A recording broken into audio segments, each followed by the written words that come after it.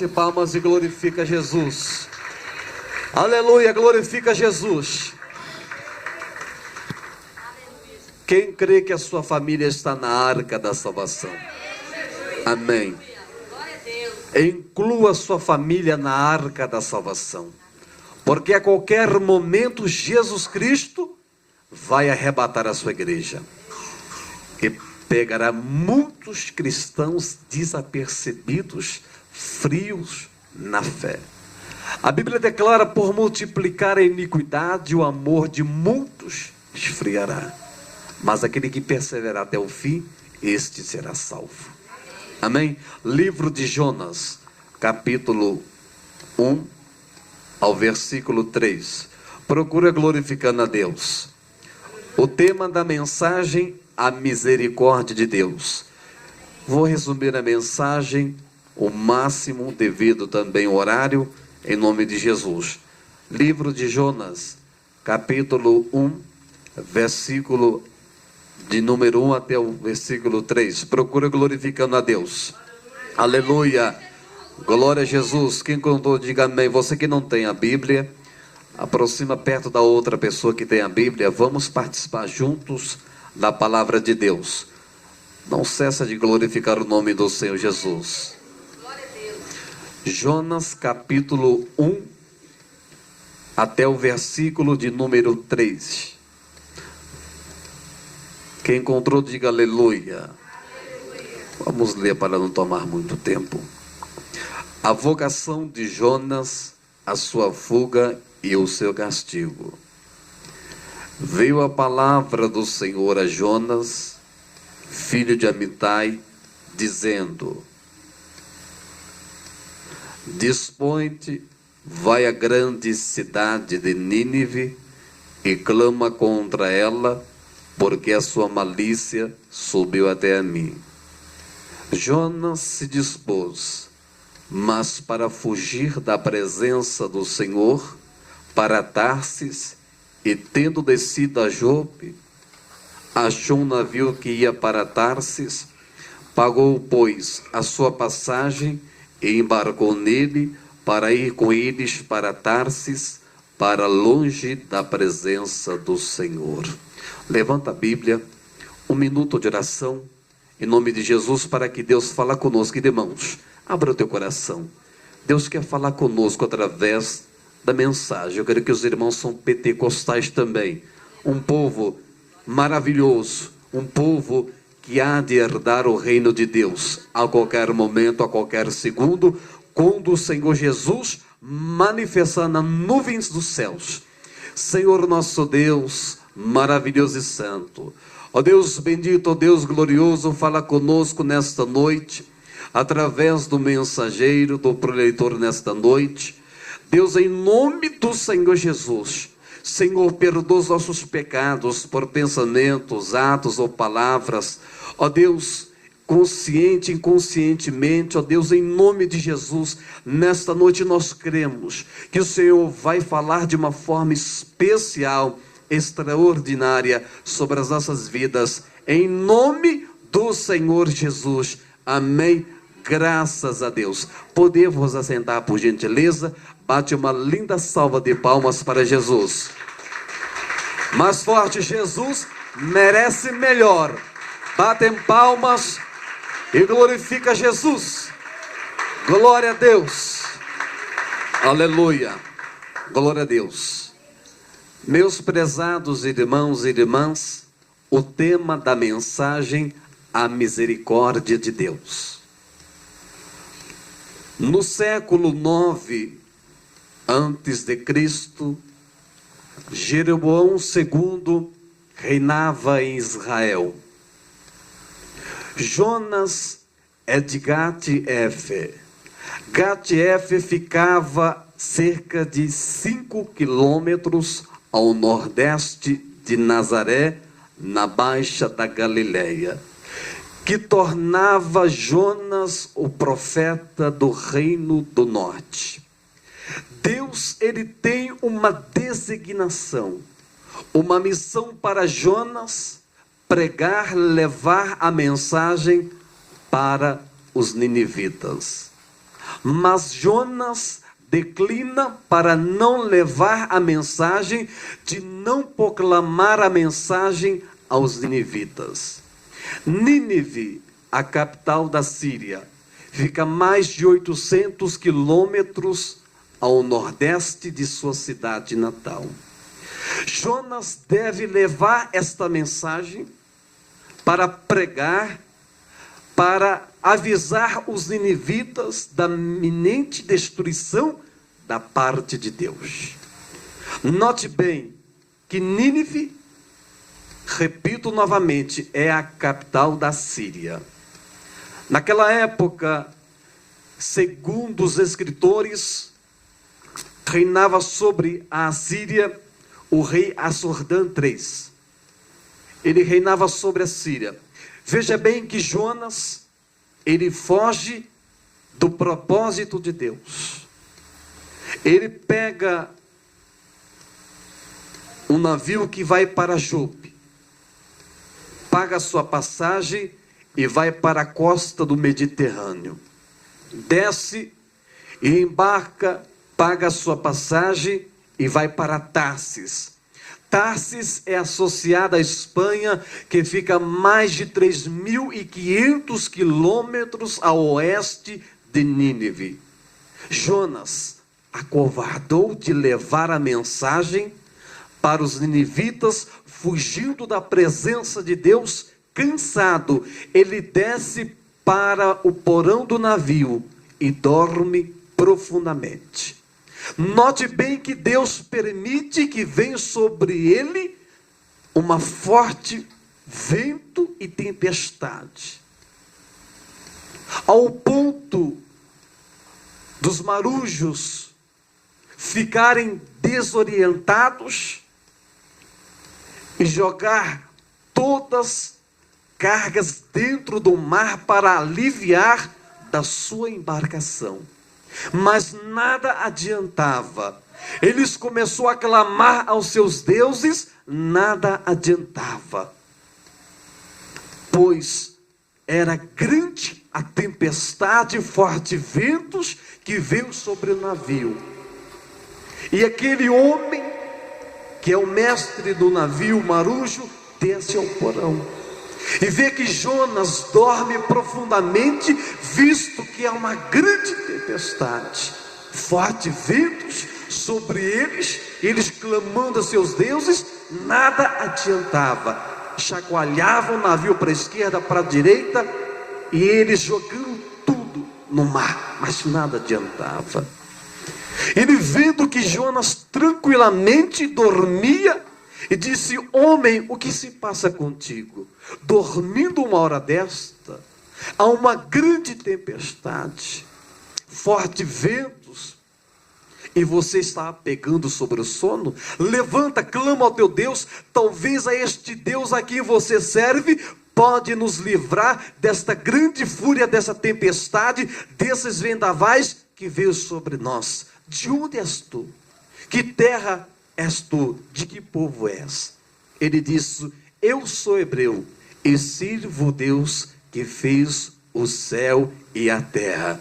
Naquele momento, quando ele pronunciou estas palavras, aqueles homens, dizendo com grande temor: por que trazeste tamanho mal para nós? Ele disse: porque eu fugir da presença de Deus, desobedecendo a ordem de Deus, não levando a mensagem para Nínive. Ele disse: olha, enquanto vocês não me lançar ao mar, o mar não vai acalmar da sua fúria, pois vieste sobre vós tamanha tempestade, fortes ventos, porque eu trouxeste para vós. Mas me lança sobre o mar, e ele acalmará da sua fúria. Naquele momento, ele disse: olha, Senhor, faz aquilo que lhe aprouve, pois que o sangue inocente deste homem não caia sobre nós. E eles lançaram Jonas sobre o mar. E quando Jonas foi lançado sobre o O mar acalmou a sua tempestade, cessou a fúria dos fortes ventos, cessou sobre a vida daqueles homens. E eles, vendo que realmente era por causa do profeta Jonas, eles disseram: Senhor, nós fazemos um voto a ti, Senhor. Eles fizeram um voto ao Senhor e temeu ao Deus de Israel. Apesar de ser gentios, mas temeram, porque Deus havia enviado essa tempestade também para que Jonas, ele mantesse vida e voltasse para pregar, para levar a mensagem aos ninivitas, porque eles precisavam de uma palavra de arrependimento. Note bem que quando ele foi lançado ao mar, Deus fez que um enorme peixe engolisse a Jonas e o mantesse vivo.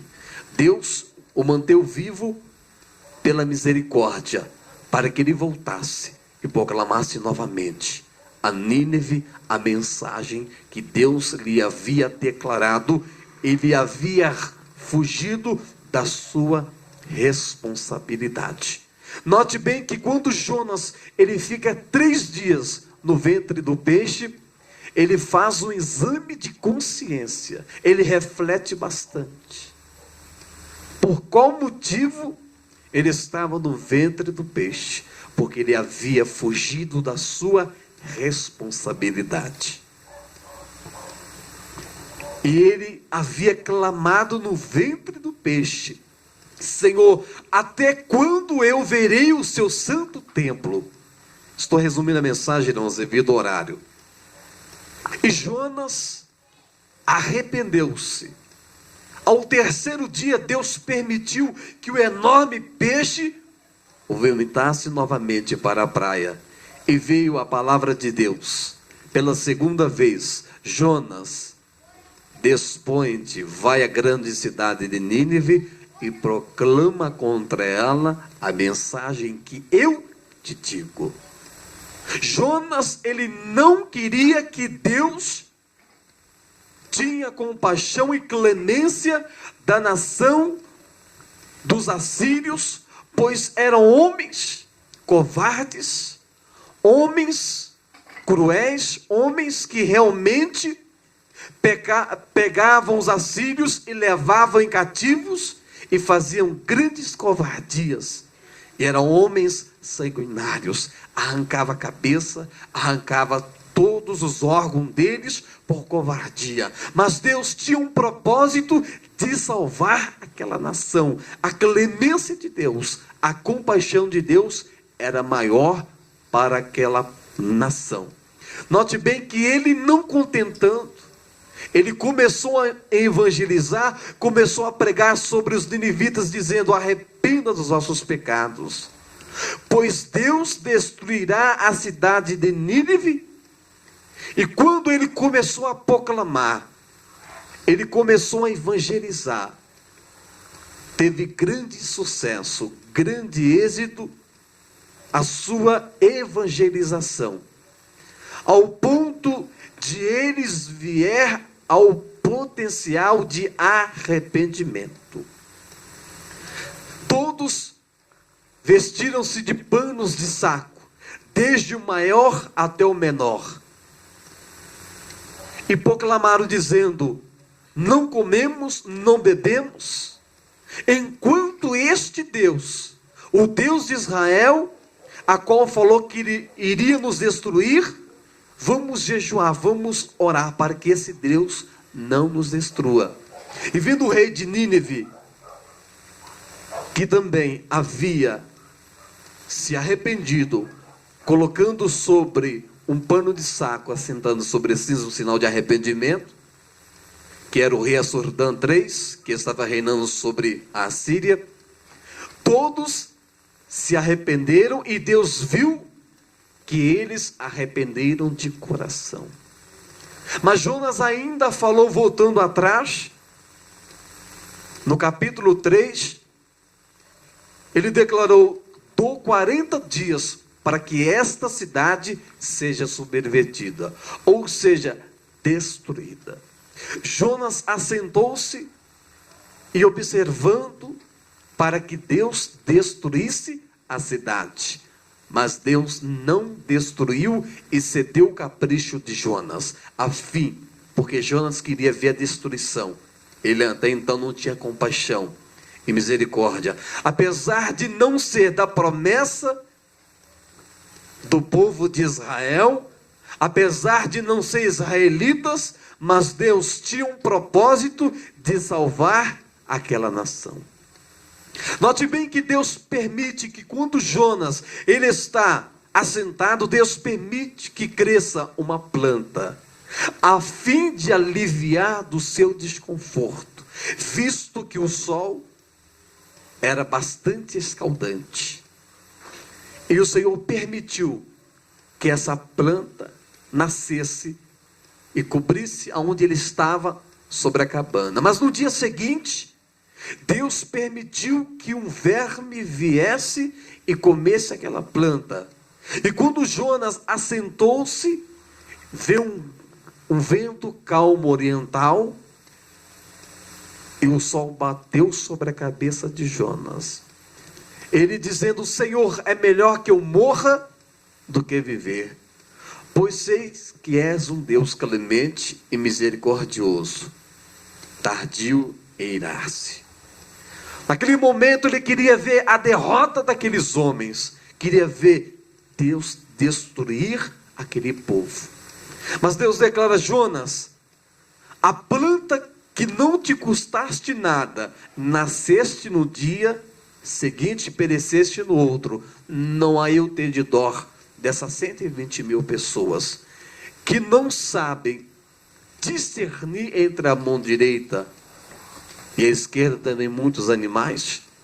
Deus ele fez uma comparação entre a planta e entre o verme. Porque Jonas, ele queria que a planta continuasse viva para fim de aliviar do seu desconforto. Ele queria que a planta permanecesse, porque ele não teve dó daquela nação que a qualquer momento seria destruída pelo grande nosso Deus. Mas ele era misericordioso e é misericordioso. Deus não destruiu a nação da Síria porque houve potencial de arrependimento. Houve a misericórdia de Deus. Note bem, ele vendo que Deus havia tendo misericórdia daquele povo, ele disse: Deus, eu fugi da sua presença, sabendo que és um Deus clemente, um Deus misericordioso, em tardio irar-se. Levando para os nossos dias atuais,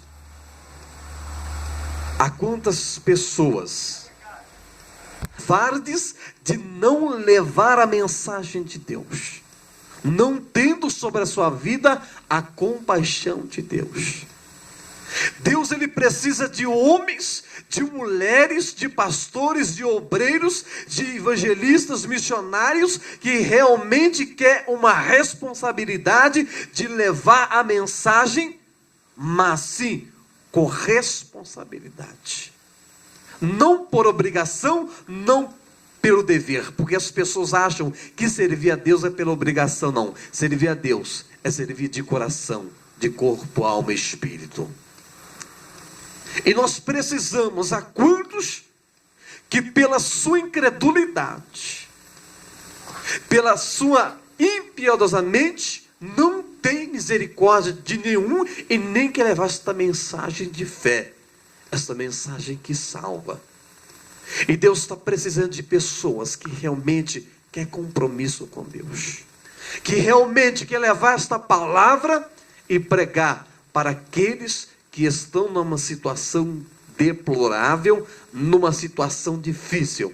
Pessoas que precisam da misericórdia de Deus. A Bíblia diz que Deus usa de misericórdia com aquele que usa de misericórdia. Mas Deus também não usa de misericórdia com aquele que não usa de misericórdia. Então Deus hoje te desperta, meu irmão. Não é só para pastor, para pastores, missionários, não. Para obreiros, é para você também que é membro. Para você ainda que está na presença de Deus para falar para pessoas. O tempo que você tem, fala de Jesus para as pessoas. Jesus, Ele está perto. E essas pessoas dependem de uma palavra amiga sua, de uma palavra de vida e esperança. E você às vezes está sendo impiedoso, cruel, sendo como Jonas, fugindo da sua responsabilidade. Note bem que Deus vai cobrar naquele dia. Jonas, contra a sua vontade, ele foi, mas depois ele reconheceu o plano de Deus sobre a sua vida, que era levar a mensagem para os ninivitas, sabendo que ele era Deus clemente e misericordioso. Era um Deus tardio em irar-se. Mas Deus, quando queria também acabar, pronto, acabou. Ele desceria fogo do céu sem piedade.